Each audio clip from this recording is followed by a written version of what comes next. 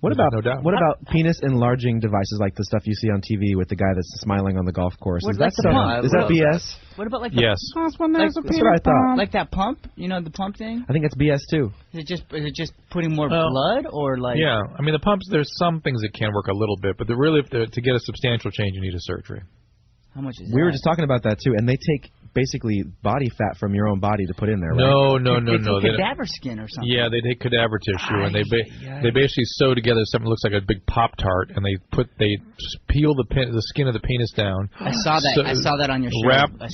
Oh, you saw that surgery. Yeah. They wrap the Pop-Tart around and then they pull the skin back up. I don't want to. Does it affect the sensation or the nerve endings at all? No, it doesn't. No, but you can get surgery for that as well if you're highly sensitive. Is this correct? Well, but there is some stuff internationally about that. But there's a medication that's going to come out that's going to be it's not only going to make you not ejaculate, but it's going to make you delay ejaculation. Is this the birth control thing you're talking about? No, it's another thing that's going to come out soon. I thought it was going to come out about a year ago. It got held up by the FDA. It's going to come out soon. There's going to be a huge increase in man fighting man across the world.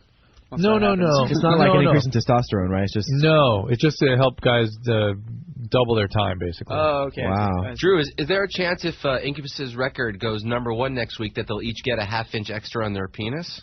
It could be. That would be so awesome. You guys will get up to Please, God, let us be #1.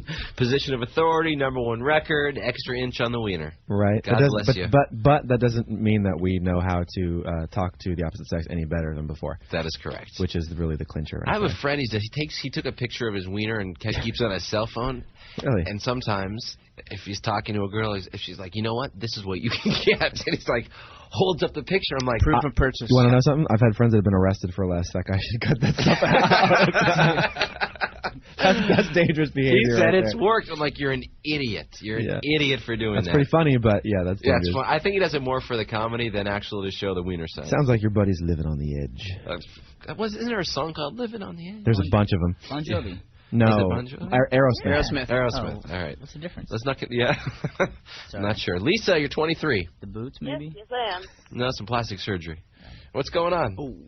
It's an interesting situation. I had some sexual contact with a gentleman caller back in September, and his roommate called me last night to tell me that he has crabs, and I'm the only person he had been hooking up with in a long time. Is there any way that I didn't know I had crabs? I thought I would know. That's possible, but you would know by now.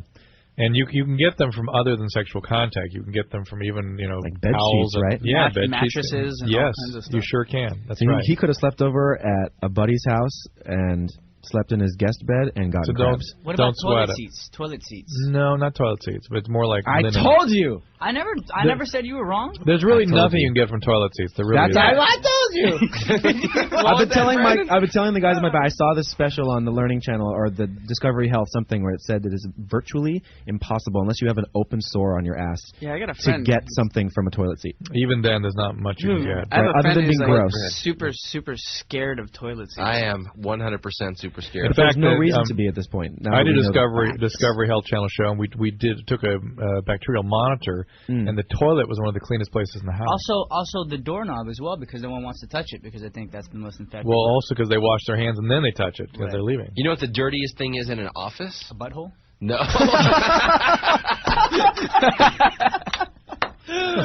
It depends whose butthole it is, my friend. True, sorry. It's the no, they're all pretty dirty strikers. It's the keypad. It's the keypad, yeah. It's the keypad because everyone's fingering that thing. Finger smashing? Dr. Drew, I got a question for you. Is it true that a human bite is more potentially dangerous than most other animals in the world because of the bacteria we keep in our mouth? Yeah, we have anaerobic bacteria in our mouth, the non-oxygen utilizing bacteria completely fascinating that cause horrible infections. And when I was in training, I did a bunch of orthopedic work, and every time somebody got in a fight, they'd get they'd hit somebody in the mouth, they'd get a laceration from the teeth on their knuckles, and it would dissolve the tendons. I mean, it'd be really awful. That's insane. Drew, is it true the human head weighs 8 pounds? Imagine. All right. Evelyn, you're 25. What's going on? It's got to be heavier than that. I wanted to say that I love Incubus, Thank you. Thank you. Went into labor after meeting you guys the first time. Oh, my God. We induced your labor? Wow. Yeah. That's hefty. That's strong. And their penis grew an inch from that, by the way. Boy or girl? I had a girl. Congratulations. What's her name? Yes. Jolie. Jolie? Jade Jolie. Jade Wow, Jolie. that's a very beautiful name. Jose Jr.? That's beautiful. I was wondering, like, all your albums are all different, but this album seemed to have brought all the influences of all the other albums together. Mm. And I was wondering if that's what happened, or having a new bass player is what happened. Because, like, A Crow Left of the Moon had a southern feel to it, which was also brought along to this new album a little bit more. Well, we had the same bass player on the last album as we did on this album. You know, we don't really know. Let's shout out his name, Ben Kenny. Yeah, Ben Kenny. Yeah. He's a better musician than all of us at our respective instruments, so Does not need a penis implant.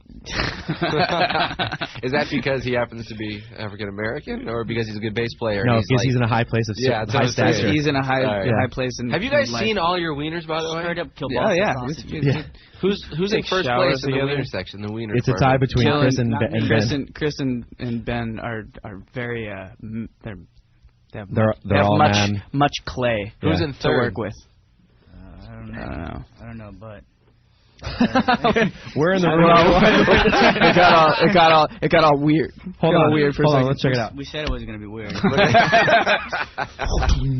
So you were talking about the influence and how the other records. Yeah, we've been accused of being scatterbrained, and that's been, in some people's opinion, like a downside as a band, and in some people's opinion, it's been one of our upsides. I think it's a really good thing that we very rarely repeat ourselves, if ever. But it's a very astute observation that you made, that this new record, Like Grenades, sort of is a fusing of all of the different albums we've done thus far. Because in my, relatively, it's not at all non-objective opinion, that's what it sounds like to me too. It sounds like the better parts of our first record, Science, and the better parts of Morning View and Make Yourself and A Quarrel After the Murder. So, thank you for noticing.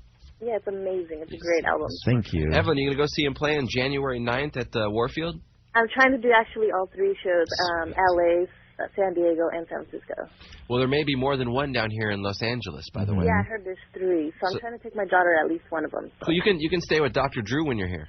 Sweet. All right, cool. Is that all right, Drew, or not? Oh, of course. Okay, perfect. Sure. All right, thanks for calling, Evelyn. Thank you very much. 1-800-LOVE-191 is the number. She was just speaking to the band Incubus. Like Grenades, the new CD is out. And we got to take another break. Stryker and Drew on Loveline. Hold on. Loveline. Loveline will be right back.